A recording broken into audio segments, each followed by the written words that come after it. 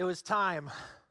We had made the plans, and it was time for our first family vacation that included driving a little ways and not staying with family at any spots. Okay, like, when kids were real little, we are not driving for a long way. That is not our idea of fun. And so we chose not to do that when they were too young. And so we'd go and visit family. There was a spot to be able to do that, but it was time. We were going to go to Colorado. We had planned out different things that we wanted to do. We're really excited, had the Airbnb figured out. And then this little thing appeared called COVID. And we decided, nope, we're not going out there this summer. Like, we get it, we could probably still do some things, but we didn't know what all the restrictions would be. And so we waited a year, and then it was finally time. It was finally time that we were able to go. And so again, we had made all the plans, which places that we were staying, but again, had talked through the kids and said, out of all these things, what are the top 3 things you want to do? So we had come up with an itinerary. And one of the things that I thought would be fun is I had heard about a place called the Airplane Restaurant. Okay, didn't know much about it other than there was this airplane and they had made the inside of it to where you could eat, and Cameron had told me that the food was pretty good, so I'm like, let's do this. So we had driven there, made our way out there, checked in. It's like, all right, let's go eat at this place, and it's really pretty fancy. In fact, here's a picture from the outside of this airplane restaurant with my kids. Okay, now you can see it from a different side of other pictures that I'm not showing you. But anyway, what's really pretty interesting is that they have a restaurant part not just on the airplane that you can get into, no issues, and be able to eat quickly. If you're wanting to get on the plane, we waited an hour, but it was okay. Our kids did a fantastic job of looking at all the airplanes hanging from the ceiling and just the different things on the wall, but it was finally time. We got to sit down, we ordered, but one of the cool things is that they allowed you up into the cockpit area if you wanted to. And so, since our kids had waited so long, Amy went ahead and took our 3 kiddos to be able to go and experience this. I stayed at the table to make sure no one took it because we weren't going to leave that. And so anyway, the kids went up there and Amy recorded things, and it was really pretty interesting. There's about a 2-minute video that I hadn't watched in years, but we watched this thing, and I'm not showing you the whole video, but I am going to set you up for the last part of the video. So what you need to know is my daughter Aaliyah, my son Elijah are the pilots, and Alyssa's helping in the back, and she is a radio dog. Don't know why, just she was going through a phase. So she is radio dog, and what you need to know is they have taken off, but jet number 2 is not working. I guess a propeller was stuck. And so they gave full power to jet number 1. And so as they're flying, they're trying to figure out what to do. And they asked Alyssa, and she said, she turned an instrument up and it said 33. So she's like, speed is at 33 on the whatchamacallit, okay? And so very technical terms. And so then at that point, she is asked to find a place that they can land. They're looking for any kind of military landing strip that is close to where they are, which is Jamaica, okay? So all of that is where they are. Hopefully, even with all the rain, you can kind of hear, but even if you don't understand all the words, you get the picture. So enjoy watching my kids in the cockpit. We need the nearest spot to land. There's an island 1 mile away. Done. Throttle increased. RPM. We're good to go. There's one. Oh no! Our jet is failing. We need fast. Turn off both jets. We have no choice. Just plug everything. All right. Autopilot is on. Turn everything down. Autopilot is on. We've got to Cruise control. Cruise control. The siren to We all don't have the cruise dogs is control on on. plane. Should have autopilot, not cruise control. Attention all dogs. There's a dangerous thing. We have to report to the safe room. All right. We have to land it. 3, 2, 1. Touchdown! Steady throttle. Decrease RPM. Turn off jets. And we've made it, man! We survived! All right. So you may not have understood a single word, and that's okay. But as I watched them, they came back and they were telling me all about it. But what was really special was even our server came up and said, it was so much fun just to watch your kids and their imagination that they had in the cockpit. And so the whole reason that I actually thought of that event in our life is because I was reading in a chapter by Max Lucado in his book called Just Like Jesus, and he talks about a time when he was on an airplane. And he looked around and he said, man, I can see all sorts of different types of people. And he said there were some people that came on just exuberant. There was a group of moms and they had things ready to go to the beach. They're like, I'm sure they are kitchen free and kids free from the weekend, and they were just giggly. And so he said you could just watch them being excited about the weekend that was to come. He said across the aisle, he saw someone who was all dressed in a suit, had his laptop out for the entirety of the ride, and just had this scowl on his face because things weren't going well, and he was just cranky. Said, but looking around, most people were content.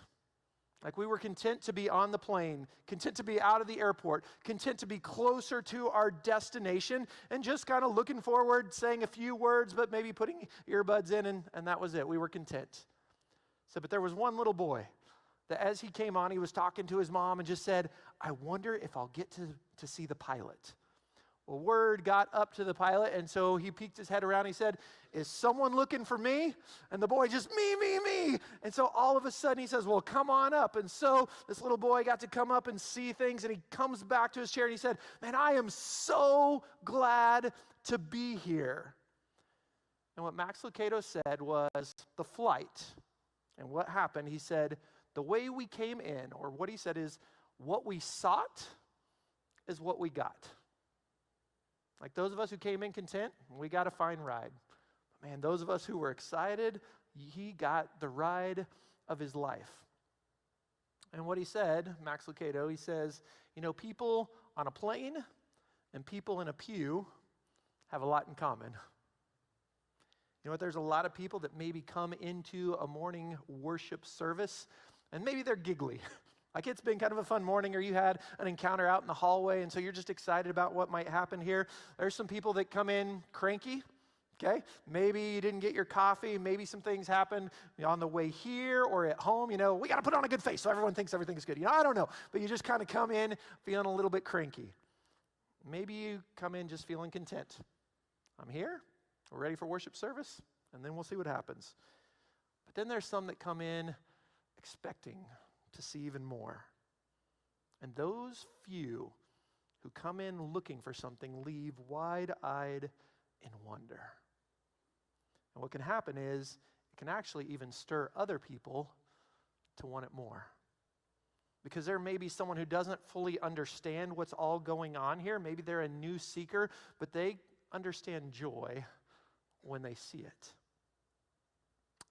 He also talked about how that can kind of rub off on people, and the idea of he went to the world's largest soccer stadium. And he said, I'm not a soccer enthusiast, but if you've ever watched on TV just the crowd, very few people are sitting, and they're jumping and screaming. And he said it was just contagious. Like, I wanted to be part of what was going on.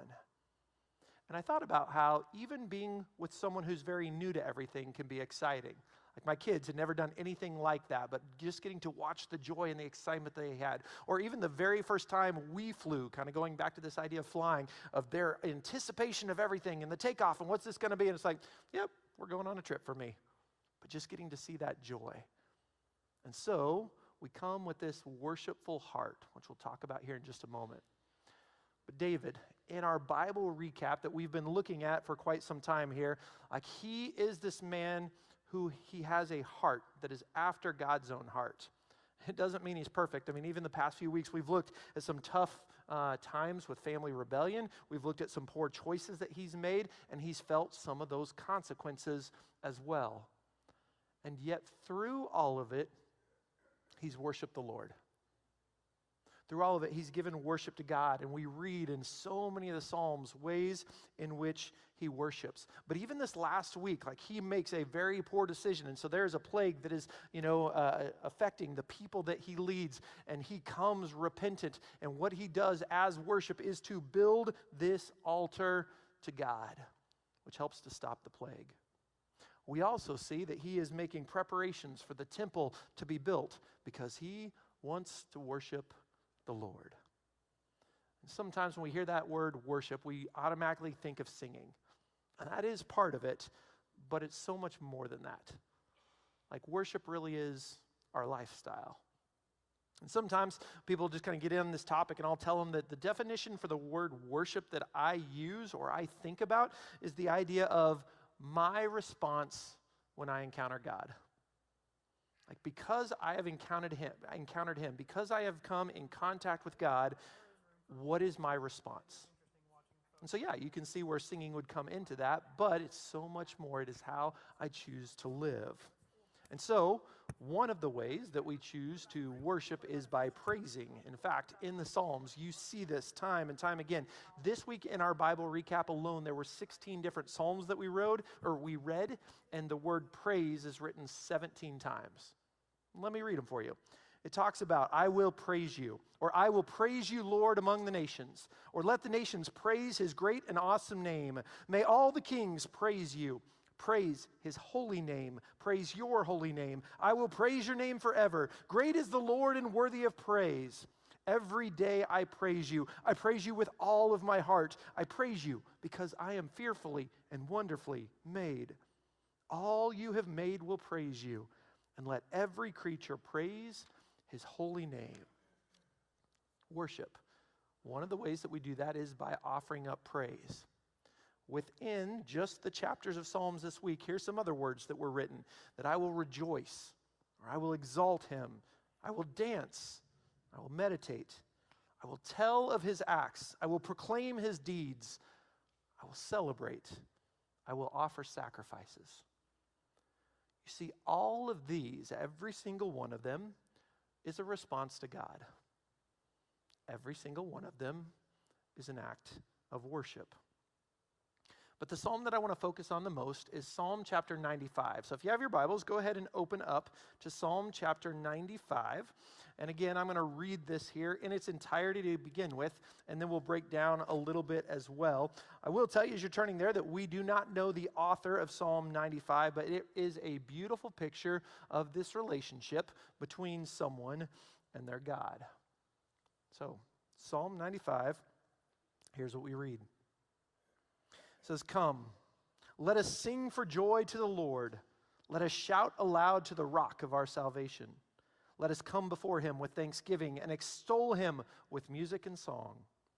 For the Lord is the great God, the great King above all gods. In his hand are the depths of the earth, and the mountain peaks belong to him. The sea is his, for he made it, and his hands formed the dry land. Come, let us bow down in worship. Let us kneel before the Lord our Maker, for he is God, and we are the people of his pasture, the flock under his care. Today, if only you would hear his voice, do not harden your hearts as you did at Meribah, as you did that day at Massah in the wilderness, where your ancestors tested me. They tried me, though they had seen what I did. For 40 years I was angry with that generation. I said, they are a people whose hearts go astray, and they have not known my ways. So I declared on oath in my anger that they shall never enter my rest." As you read that, there's kind of two parts to that psalm, but the first part of it, we see some beautiful worship actions in this chapter. If you go back to verse 1, like it just said, "Come, let us sing for joy to the Lord. Let us shout aloud to the rock of our salvation." If you have the ESV or the King James Version, it talks about sing and making joyful noises.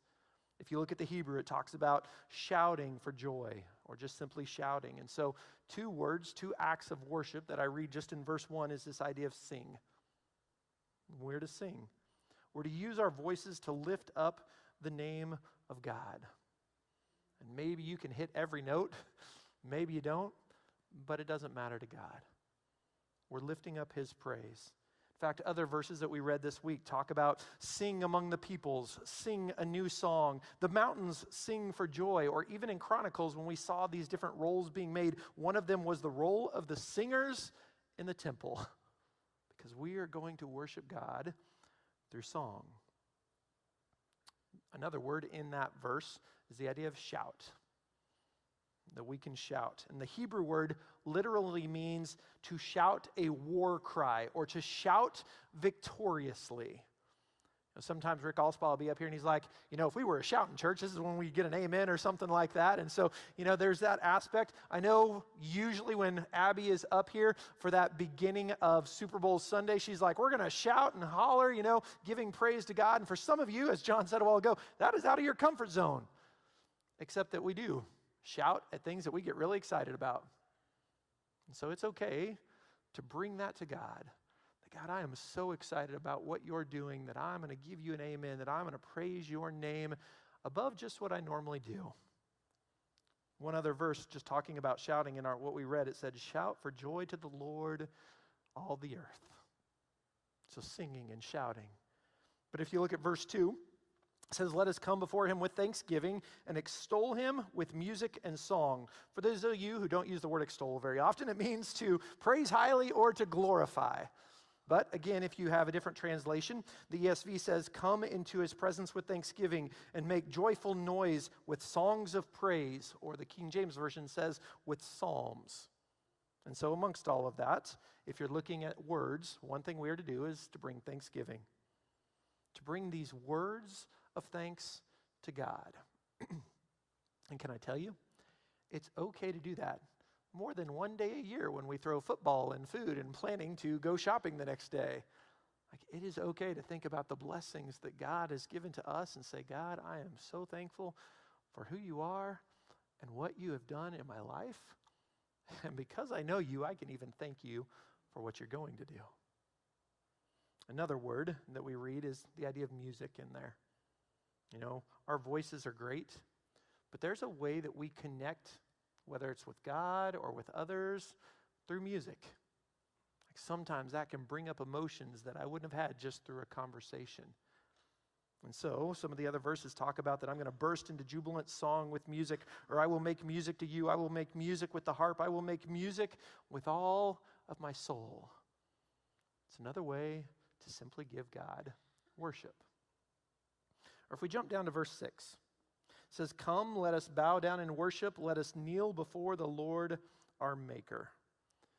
Okay, this week in the Bible recap, there's something that I don't necessarily agree with Tara Lee Cobble. She talks about how bow and down are two different words. I am not a Hebrew scholar. I'm going to tell you that straight off the bat. But in all my research, I didn't find that anywhere. Like, it is one Hebrew word, so I don't understand what she's going at. However, I will tell you that there are 3 words in that verse that are different, even though they overlap. And so the first word that we read in there is the idea of worship. Like, it says that we are to worship.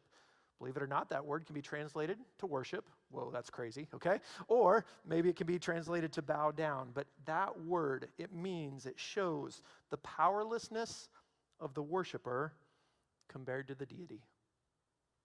God, you are the one who is so much greater than me.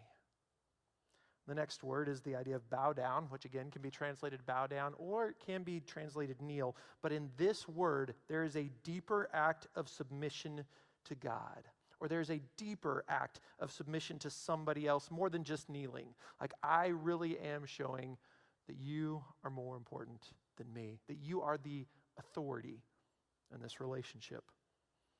And then there was the word kneel, which, yes, can be translated kneel, but also oftentimes it's translated to bless. And you can see the picture of someone kneeling and someone blessing them, or even this act of adoration to someone to salute. There's this idea of respect and humility. And all 3 of these words in this verse, I'm honoring God, which includes my posture. Now, I mentioned that there's kind of 2 parts of this psalm. At the beginning, you see all of these ways to be able to worship God. But then near the end, it talks about essentially meaningful worship.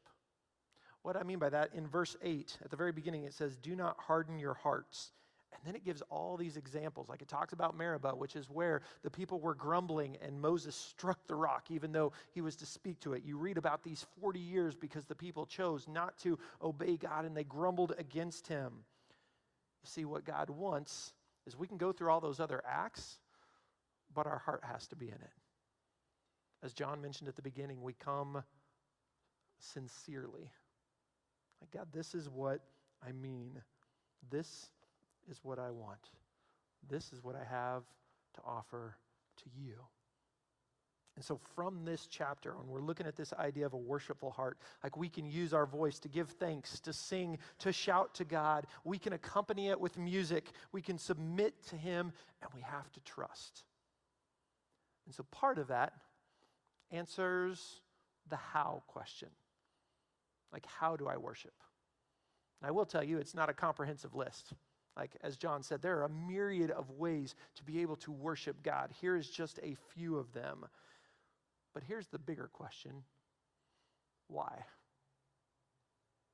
Why? I mean, some of you in this room or who are watching online right now, like, you have been a Christian for a long time. You have been a Christ follower for quite some time. Or some of you are still very, very new to this and kind of figuring certain things out. For some, this is the very first time that you're tuning in or you're sitting in this room and you have no idea what all this God stuff is. Like, you have a little bit of a picture, but like you're hearing this idea, okay, this is how to worship, but why? Like, why should I do that? So let me read from Psalm 95 without going verse by verse. Here's some of the why that was written. Because the Lord is great. And he is above all gods. Because he is the one who saves us. Because he is the maker of all things, including you and me. Because God is our shepherd. Like, that's why we worship. Or if you look at the other Psalms that were part of our reading this week, you see God is our fortress, our stronghold, our deliverer, our shield, our refuge. God, he defeats his enemies. He guards and delivers us. He saves us. He vindicates us. God is faithful. God is loving. He reveals his righteousness to us. The Lord reigns. He is the Most High. He sits among the angels. God is priest. He is just in his judgments. He is exalted over all the nations. He is glorious. He is great. He does marvelous things. He does awesome works. He lifts us up from the depths. He heals us. He turns our wailing into dancing. He removes our sackcloth and he clothes us with joy. You see, his anger lasts only a moment, but his favor lasts a lifetime. He answers our prayer.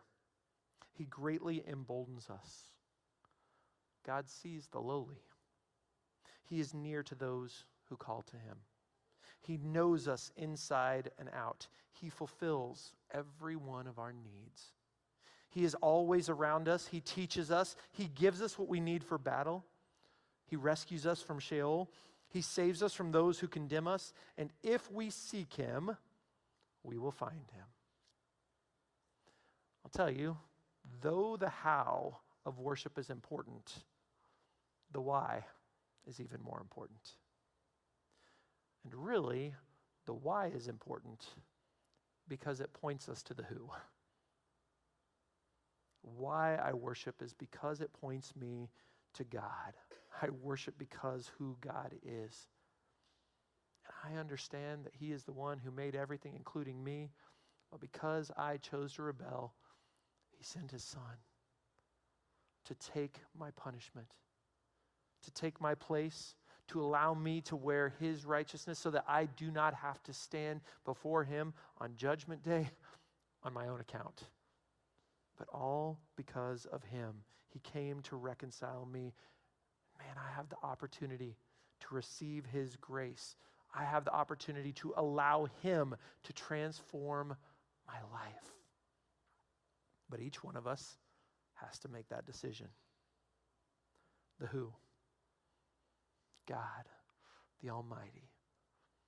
He is worthy of my worship. And he is worthy of your worship. And he is worthy of our worship. So let me ask you this question in regards to worship. Are you living a lifestyle that shows a response to God and what he has done in your life? Is worship more than just what happens in this room to you? Those of you who are parents, let me ask this question. What are your kids learning from your worship? From your lifestyle? And from moments that they sit with you in church services, worship services? What are they learning from you about worship? Now, here's a question to everybody. Do you prepare for your worship experience that happens each and every week in this room? Do you come hungry and willing and expectant for God to speak? Do you come ready for a few moments of peace from what the enemy has been attacking you all week with? Do you come ready to lock arms with fellow Christians? Do you come ready to worship in such a way that your enthusiasm rubs off on others? Or do you come because this is something you do every week, content with whatever happens and ready to come back next week?